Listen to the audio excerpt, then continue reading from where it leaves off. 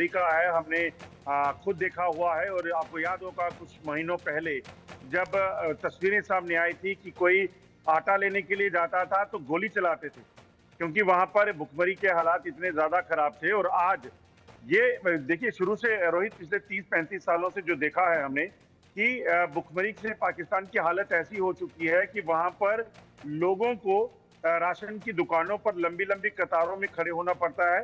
वो जो सप्लाई आती है वो उनको मिल गई तो गनीमत है, नहीं मिली अगर आपने जबरन किया तो फिर आपको मार दिया जाता है।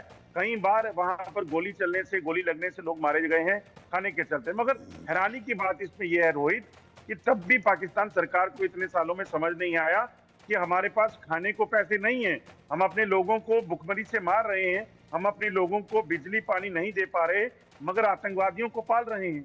दुनिया भर के देशों से पैसा इस्लाम के नाम पर इकट्ठा करना और कहना कि हमें लोगों को, हमारे यहाँ गुर्बत है, हमें वो पैसा इकोनॉमिकली जो हमारी वीकर सेक्शन है उनके लिए चाहिए, और बाद में उनको पैसा नहीं मिलता था। वो पैसा यहाँ तो जो बड़े फौजी अफसर हैं या प्रधानमंत्री हैं वो करप्शन में खा जाते थे, या फिर जो आतंकवादी ग्रुप वहां पे पाले जा रहे हैं उनको मिल जाता था। तो यही हुआ है, इन लोगों ने तो ज़कात का पैसा भी छोड़ा नहीं।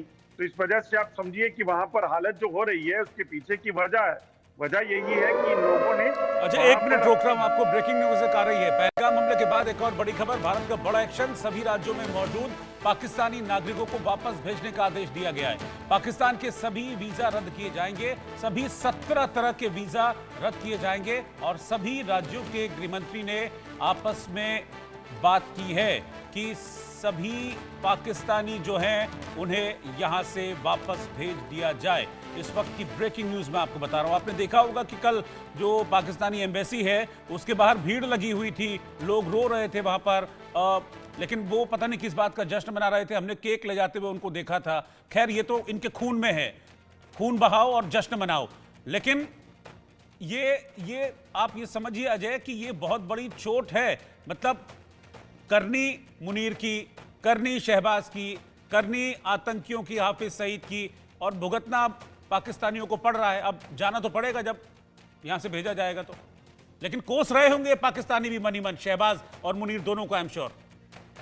देखिए, बिल्कुल रोहित, कोसना बनता भी है। आप सोचिए जिस तरीके से आज मौजूदा हालात बने हैं कि पाकिस्तान अगर चाहता तो भारत के साथ मिलकर शायद एक अलग पायदान पे पहुंचा होता आज तरक्की के लिहाज से, मगर कभी नहीं किया पाकिस्तान ने। बार बार भारत के कहने पर भी कि भाई जंग, आतंकवाद आपको कुछ नहीं देगा, मगर उसके बावजूद ये चलता रहा। दूसरी अहम चीज ये कि जो आदेश दिया गया है उसके बाद अब जो बॉर्डर है, बाघा बॉर्डर के जरिए या अलग अलग जगह से ये लोग आए थे उनको वापस 48 घंटे का समय मिला था उनको वापस भेजने के लिए, और वो सिलसिला शुरू हो चुका है। लोग वहां वापस पहुंचने लगे हैं। हमने खुद रिपोर्ट एक बताई थी कि जम्मू कश्मीर में भी ऐसी महिलाएं हैं जिन्होंने शादी तक की है जो भारत में, जो भारतीय हैं उनके साथ। अब उनके पास भी जो अगर वैलिड वीजा नहीं है, यानी कि अगर उनके पास लॉन्ग टर्म वीजा नहीं है तो उनको भी वापस जाना पड़ेगा। और इस सब के पीछे जो कारनामे हैं, कारस्तानी है, वो पाकिस्तान की है। जो संख्या लॉन्ग टर्म वीजा वालों की है उनकी संख्या सैकड़ों में है, मगर लगभग 150 से 200 होगी। मगर जो शॉर्ट टर्म वीजा जो सार्क के तहत जो इम्प्लीमेंट हुआ था एक डिसीजन, उसके कारण जो शॉर्ट टर्म वीजा मिला था उसमें भी काफी लोग जो है वो भारत आए हुए थे।